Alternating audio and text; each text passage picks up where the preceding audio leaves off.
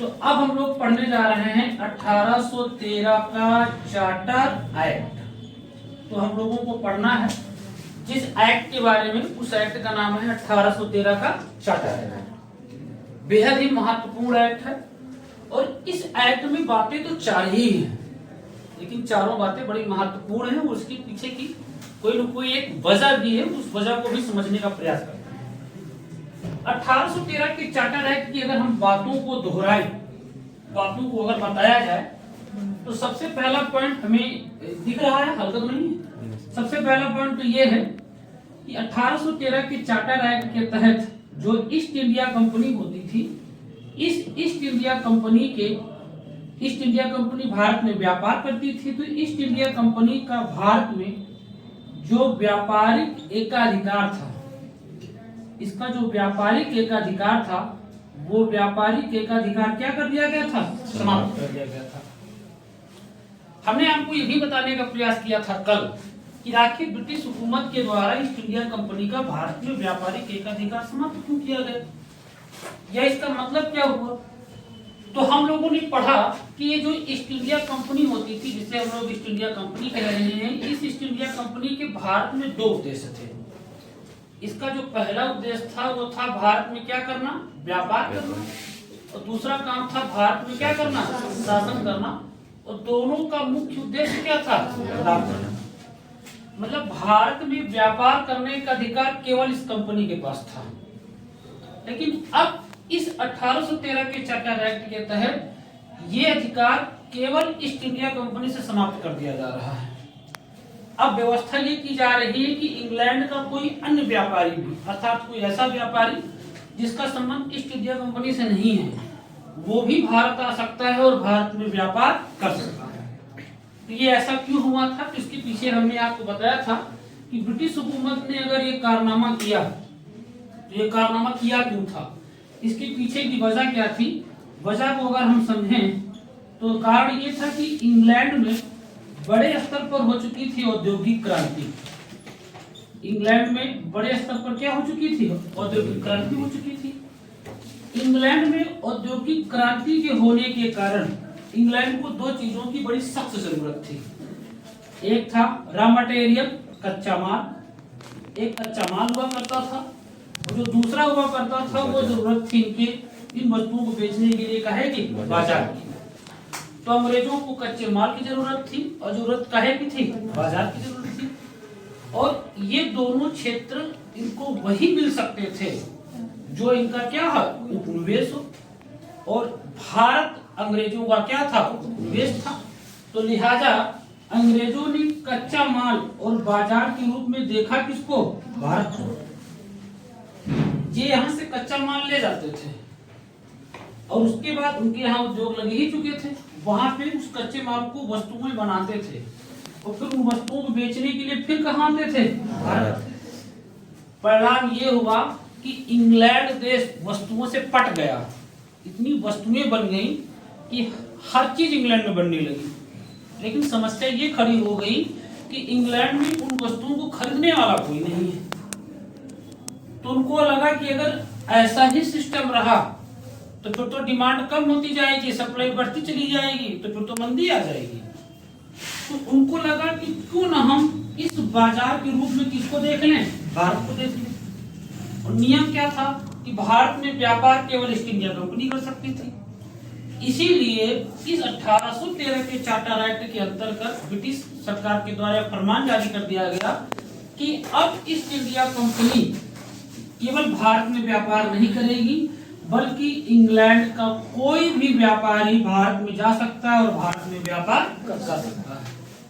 तो अब आसानी से ये लोग वस्तुओं को बनाते थे और बेचने के लिए कहाँ चले आते थे? भारत चले जाते थे। लेकिन इसमें एक शब्द जोड़ दिया गया था कि ये व्यापार तो नहीं, व्यापारिक एकाधिकार तो नहीं होगा, लेकिन भारत में चाय का और चीन के साथ व्यापार करने का जो एकाधिकार होगा वो किसका होगा? ईस्ट इंडिया कंपनी का। मतलब मान लीजिए कि भारत में अगर चाय का व्यापार करना है तो चाय का व्यापार केवल ईस्ट इंडिया कंपनी ही कर सकती थी। इंग्लैंड का कोई अन्य व्यापारी आकर भारत में चाय नहीं खरीद सकता था। चाय का व्यापार नहीं कर सकता था। वो चाय पर व्यापार केवल किसके पास था? East India company.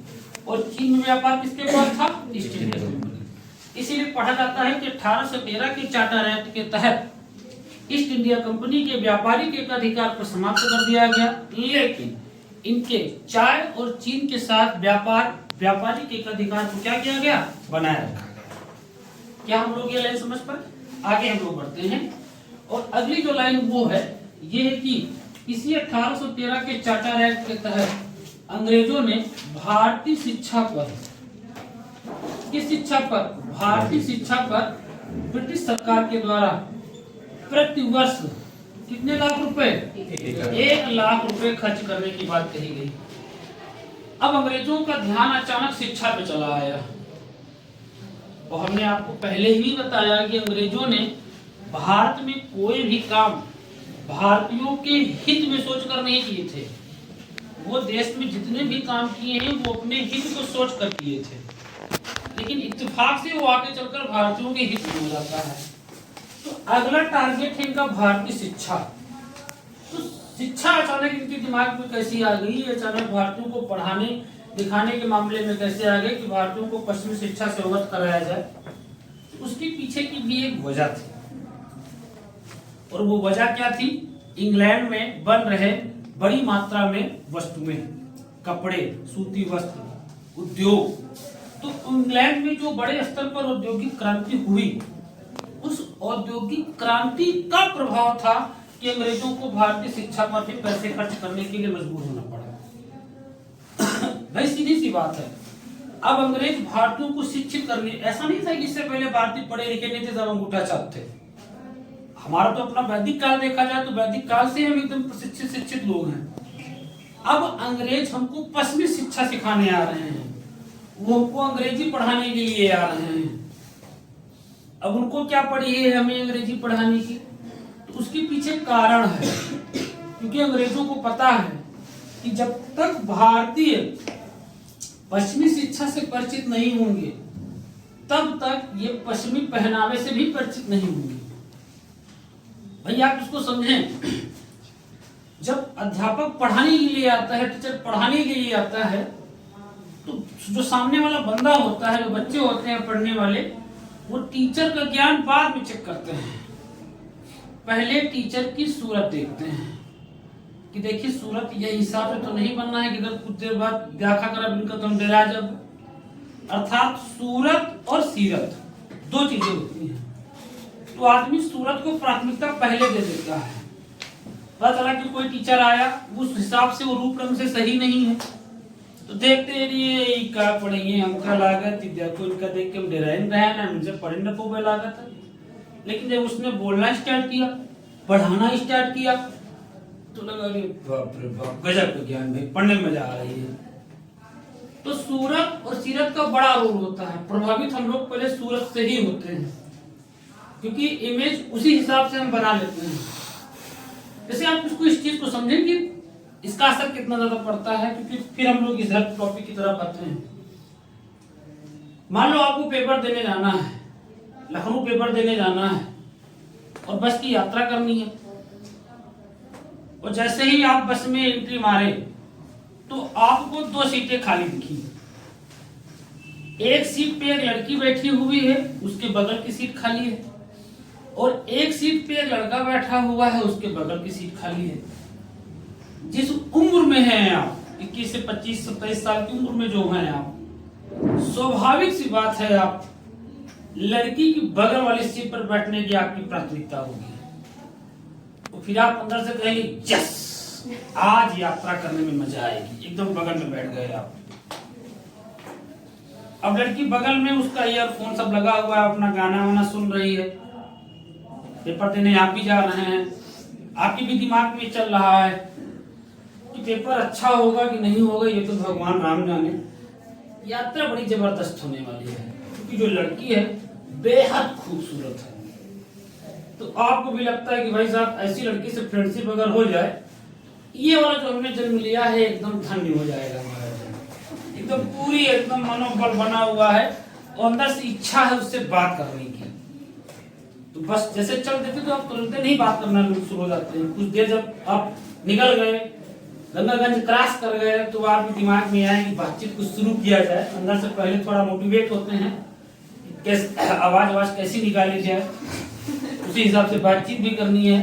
बार बार आप कह रहे हैं मैडम जी, मैडम प्लीज सुनिए सुनिए, थोड़ा सुनिए। तो लड़की ध्यान ही नहीं दे रही, बैठे हुए हो तुम बगल में, और तुमका काहे भाव दिए भाई, ध्यान नहीं दे रही। अब तुम्हारी इच्छा है बात करेगा, तुम पूछ भी रहे हो कि सेंटर मतलब यूपीपी का पेपर है, आपका भी है क्या, दरोगा वाला पेपर हमारा भी है। वो ईयरफोन लगाया, ध्यान नहीं दे रही है। अब आपकी इच्छा है यार, हमको लग रहा है लखनऊ नथिया जाए यार, बोलबे करी हमको लागत है। फिर होते करते आप बार बार जब टच करने लगे कि नहीं नहीं नाम बता ही दीजिए, तो तुमको घूर के व्याख्या थी एक बार। तो वही के बाद कहानी से निकाला था अपन में बारदाना लगाया है, कहानी से या बारदाना निकालिस। वो के बाद तुमका देखिस, वो की बात का काया बहुत मुक्ति दे दे हमसे भाई, तुमका मार सुधिया दे हो रही है। ये एकदम जस्ट अपोजिट। जैसे देखो भैया इतनी खतरनाक आवाज दी है, तुरंत अपन बैग पकड़ के ड्राइवर के पास बैठ गया जाए, भैया है अपना बेटे भैया हुआ, एकदम अपोजिट। सूरत जबरदस्त और आवाज खतरनाक। तो इसीलिए दोनों का तालमेल होना बड़ा जरूरी हो जाता है कभी कभी। अब भाई सीधी सी बात है कि मान लीजिए कि हम अंग्रेज हैं, हम आपको पढ़ा, भारतीय हैं, हम आपको पढ़ाने के लिए आए हुए हैं, तो सीधी सी बात है हम आपको पढ़ाएंगे तो आप हमारी शिक्षा से तो प्रभावित होंगे ही होंगे, आप हमारे पहनावे से भी प्रभावित होंगे।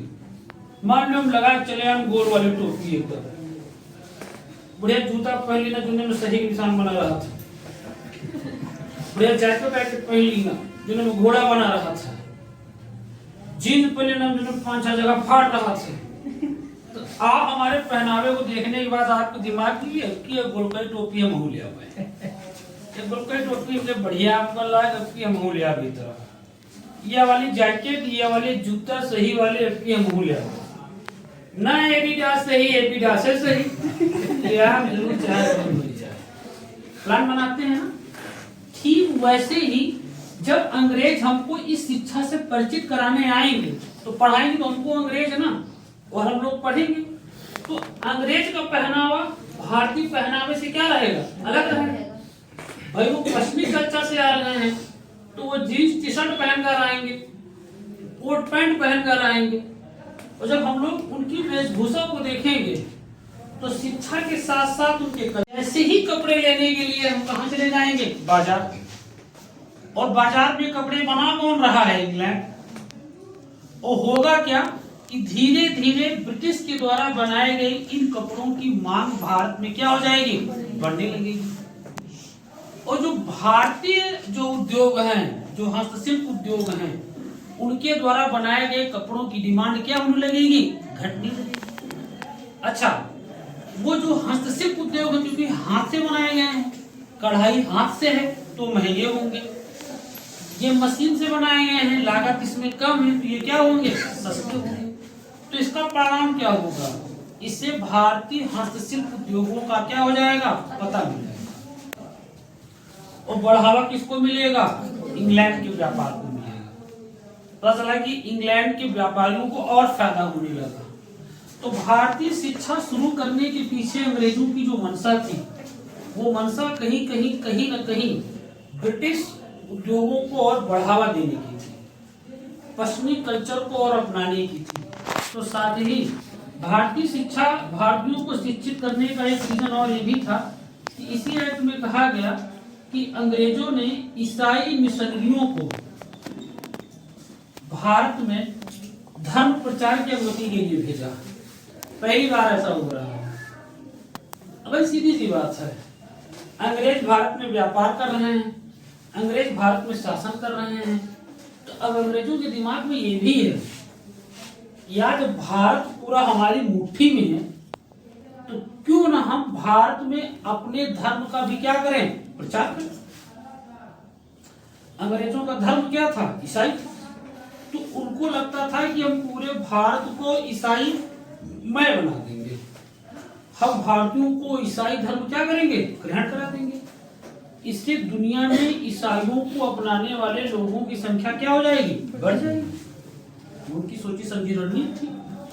अब ईसाइयों को समझने के लिए, इनके प्रचार को समझने के लिए अंग्रेजी की जरूरत है, शिक्षा की जरूरत है, इसीलिए वो ये भी शुरू कर दिए। मतलब इससे इन्होंने कई काम किए अपने। कहा कि अगर भारतीय शिक्षा में सुधार किया जाएगा तो एक तो हमारा बाजार बढ़ेगा और दूसरा क्या है, हमारा धर्म भी क्या होगा, आगे बढ़ेगा। तो इन्हीं बिंदुओं को टारगेट करते हुए अंग्रेजों ने, ब्रिटिश सरकार ने भारत में एक एक्ट लेकर आए और उसी एक्ट का नाम था 1813 का चार्टर एक्ट। 1813 का चार्टर एक्ट सबसे महत्वपूर्ण एक्ट था। इसमें 3 बातें थी। पहली बात थी कि ईस्ट इंडिया कंपनी का भारत में व्यापारिक एकाधिकार समाप्त कर दिया गया, लेकिन चाय और चीन के व्यापारिक एकाधिकार बना हुआ था किसका, कंपनी का।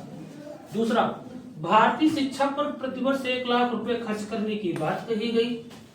और तीसरा पॉइंट ये है कि ईसाई मिशनरियों को भारत में धर्म प्रचार करने की क्या दी गई, अनुमति दी गई कि आप लोग जाइए और भारत में क्या कर सकते हैं, धर्म प्रचार कर सकते हैं। ये प्रमुख बातें किस एक्ट की थी, 1813 के चार्टर एक्ट की थी। ठीक है, इसको हम लोग